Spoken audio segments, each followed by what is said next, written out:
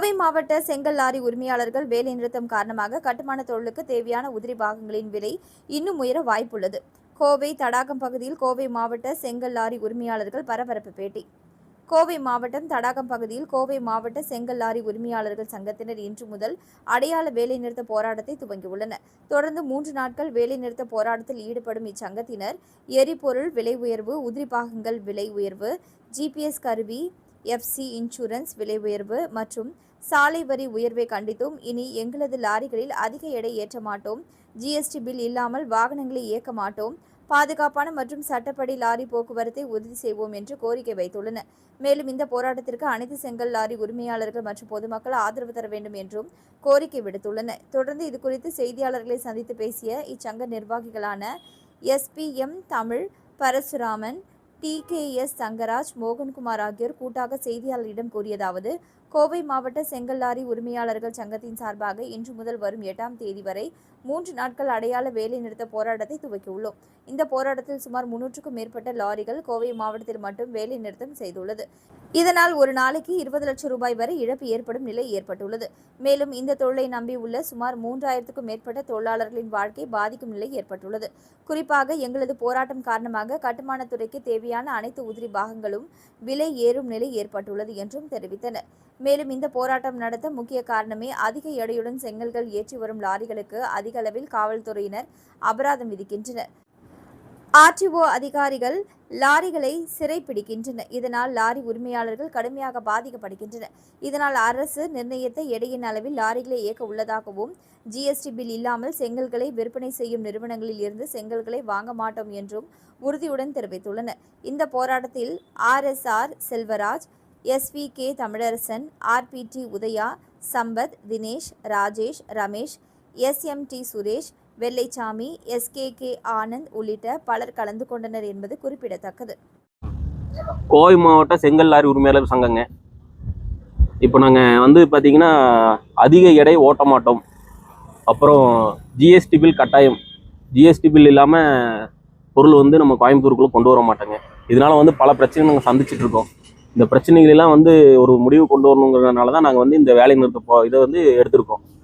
இதுக்கு பார்த்தீங்கன்னா வெளி மாவட்டத்திலேருந்து வர எல்லா செங்கல், ஃப்ளையாஸ், மற்ற எல்லா லாரிகளும் சரக்கு லாரிகள் எங்களுக்கு ஒத்துழைப்பு கொடுக்கணுங்க. இதுதான் எங்களோட முக்கியமான கோரிக்கைங்க. அதுக்கு தான் இந்த வேலை நிறுத்த இது நாங்கள் பண்ணியிருக்கோம்.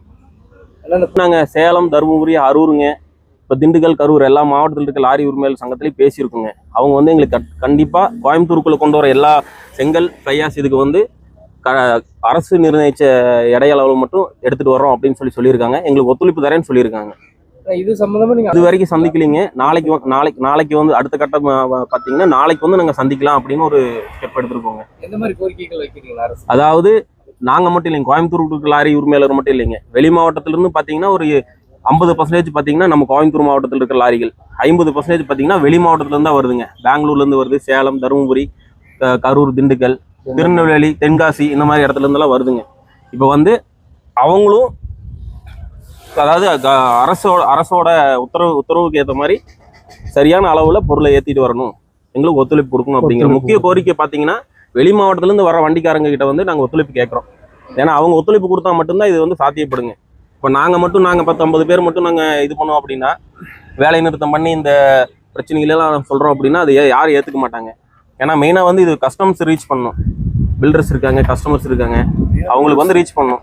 உங்க துறையில இது நீங்க சாத்தியம் அப்படின்னு ஏத்துட்டாலுமே இன்னும் மற்ற துறைகள்லாம் இருக்கு. சங்கத்தோட முக்கியமான உத்தரவு என்னன்னா பாத்தீங்கன்னா, கனிம வளங்க, செங்கல், எம்சாண்ட், ஜல்லி, கட்டுமான பொருட்கள் சரியான அளவுல கொண்டு வரணும் அப்படிங்கறத அவங்களோட முக்கியமான கோரிக்கைங்க. இதனால பாத்தீங்கன்னா ஓவரோடு போட்டு வந்தா டிரைவரை சிறை பிடிக்கிறாங்க, டிரைவரோட லைசன்ஸ் கேன்சல் ஆகுது. இந்த மாதிரி பல பிரச்சனை இருக்குங்க. முக்கியமான இது பார்த்தீங்கன்னா கட்டுமான துறையில் இருக்க கட்டுமான பொருட்கள் சம்பந்தமான லாரிகள் தான் பாதிக்கப்படுதுங்க. இதனால பொதுக்களுக்கு எந்த விதமான இழப்பீடு இதனால ஆகாதுங்க. பெனிஃபிட்ஸ்ன்னு பார்த்தீங்கன்னா, இப்போ நாங்கள் அதிக சுமை ஏற்றிட்டு வரோம் அப்படின்னா சாலைகள் நிறைய பாதிக்கப்படுதுங்க. இப்போ அளவான பாரத்தை நாங்கள் ஏற்றிட்டு வரும்போது பார்த்தீங்கன்னா சாலைகள் அப்படியே இருக்கும். அவங்களுக்கு பெனிஃபிட் தான். இன்னைக்கு எவ்வளோ லாரிகள் நிறுத்தி இருக்கிறீங்க? இதனால ஒரு நாளைக்கு பார்த்தீங்கன்னா கோயம்புத்தூருக்கு மட்டும் சராசரி 20 லட்சம் செங்கல் வருதுங்க. அதாவது பழனி, தாராபுரத்துல இருந்து மட்டும் மெயினா. அதாவது எங்க சங்கத்தில் இருக்கிற லாரிகள் மட்டும் அது போக வெளி மாவட்டத்துலேருந்து வர்றதெல்லாம் பார்த்தீங்கன்னா ஒரு நாளைக்கு 50 லட்சம் கல் வரைக்கும் வந்துட்டு இருக்குங்க. இதில் வந்து இன்னைக்கு வந்து ஒரு 20 லட்சம் செங்கல் வந்து கட்டாயமாக ஸ்டாப் பண்ணி வச்சுருக்கோம் நாங்கள் இது பண்ணுறதுனால. பார்த்தீங்கன்னா ஒரு 50-60 வண்டி நாங்கள் நிறுத்தி வச்சுருக்கோங்க. இதே மாதிரி மற்ற இடத்துல பார்த்தீங்கன்னா கோவை புதூருங்க, பாப்பம்பட்டி, அப்புறம் இங்கே காலப்பட்டி, மேட்டுப்பாளையம், இப்படி 5 இடத்துல இந்த மாதிரி வேலை நிறுத்தம் வந்து நாங்கள் பண்ணியிருக்கோம்.